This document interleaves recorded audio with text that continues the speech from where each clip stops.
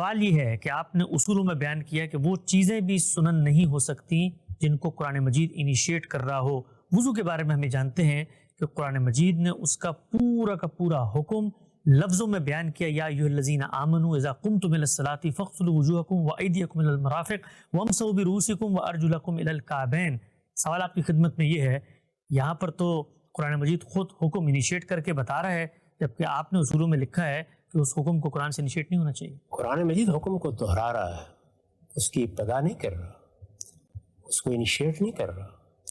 حکم تو پہلے سے موجود ہے، وضو کیا جا رہا ہے۔ وضو تو انبیاء کے دین میں ہمیشہ رہا ہے، وہ یہود بھی کرتے ہیں، اس کا اہتمام کرتے ہیں، اہل عرب بھی کرتے تھے۔ عربوں کے ہاں اس کے سارے افعال موجود ہیں۔ یہ توضع کا فعل یا وضو کا لفظ ایک معروف لفظ ہے، یہ عربی زبان میں پہلے سے موجود تھا۔ یہ آپ جانتے ہیں کہ جب لفظ موجود ہوتا ہے تو اس کا مصداق بھی لازماً موجود ہوتا ہے۔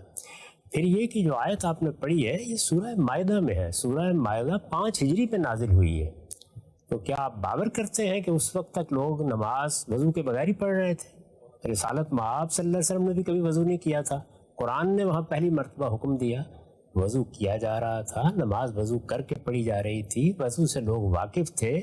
قرآن مجید اس میں ایک رخصت کو بیان کرنے جا رہا ہے، یعنی یہ بتانے جا رہا ہے کہ اگر کسی موقع پر پانی میسر نہیں ہے یا کوئی شخص مریض یا مسافر ہے تو وہ تیمم کر سکتا ہے۔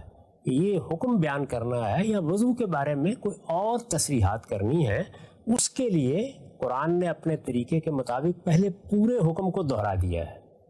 یہ توطئہ اور تمہید کا طریقہ ہے، یعنی ایک گویا حکم آپ کو یاد دلا دیا۔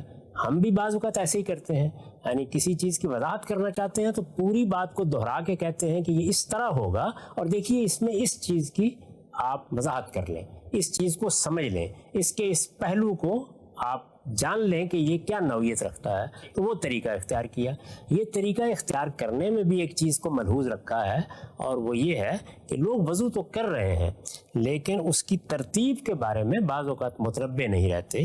چنانچہ یہ بتا دیا گیا کہ یہ ترتیب ضروری ہے اور اس کو ہر حال میں ملحوظ رکھنا چاہیے، اور اس کے لیے خاص اسلوب اختیار کیا گیا ہے جس پر ہم اس سے پہلے بہت تفصیل کے ساتھ بحث بھی کر چکے ہیں، یعنی ارجلکم کے اعراب۔ اس میں بھی یہ بتایا گیا ہے کہ کس طرح قرآن مجید نے ترتیب کو واضح رکھنے کے لیے یہ طریقہ اختیار کیا۔ تو یہ اس نوعیت کی چیز ہے۔ اس کی ایک بڑی نمایاں مثال سورہ نساء میں نکاح کے محرمات، اچھا، یعنی وہ عورتیں جو نکاح کے لیے حرام ہیں، جن سے نکاح نہیں ہو سکتا، اس میں ماں کا ذکر ہے، اس میں بہن کا ذکر ہے۔ تو کیا آپ خیال کرتے ہیں کہ جب تک سورہ نساء میں یہ فہرست بیان نہیں ہوئی تو لوگوں کو نہیں معلوم تھا کہ یہ رشتے ممنوع ہیں؟ یہ تو ہمیشہ سے ممنوع تھے، یعنی آدم علیہ السلام سے لے کے تمام انبیاء کے یہاں ایسا ہی رہا، بلکہ دنیا بھر میں اگر دیکھیے تو ان رشتوں کو ممنوع ہی سمجھا جاتا ہے۔ لوگ واقف تھے، لیکن قرآن مجید نے جب بعض رشتوں کے بارے میں وضاحت کرنا چاہیے، جس طرح رضائی رشتوں کے بارے میں یہ بتانا پیش نظر تھا کہ ان کی کیا نوعیت ہوگی، سحری رشتوں میں بعض نازک چیزیں بیان کرنا مقصود تھا تاکہ اس کے بارے میں لوگ متربع ہو جائیں۔ اسی طرح جمع بین الاختین وغیرہ کے بارے میں بھی صحیح اصول کی طرف توجہ دلانا مقصود تھا۔ یہ چیز پیش نظر تھی، اور سب سے بڑا مسئلہ کیا تھا؟ عربوں کے ہاں ایک بڑی خلاف ورزی ہو رہی تھی، وہ اپنے باپ کی منقوہ سے اس کی وفات کے بعد نکاح کر لیتے تھے۔ چنانچہ وہیں سے بات شروع ہوئی، اور جب بات شروع ہوئی یعنی پہلی بات وہی کہی گئی، اس کے فوراً بعد قرآن مجید نے تمام محرمات کو دہرا دیا۔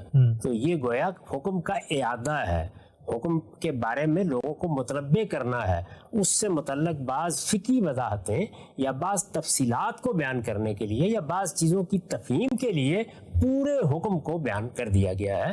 یہاں نہ وضو کی ابتدائی صورت بیان ہوئی ہے اور نہ محرمات کی ابتدائی صورت بیان ہوئی ہے، دونوں میں پہلے سے موجود ایک چیز کا ذکر ہو رہا ہے۔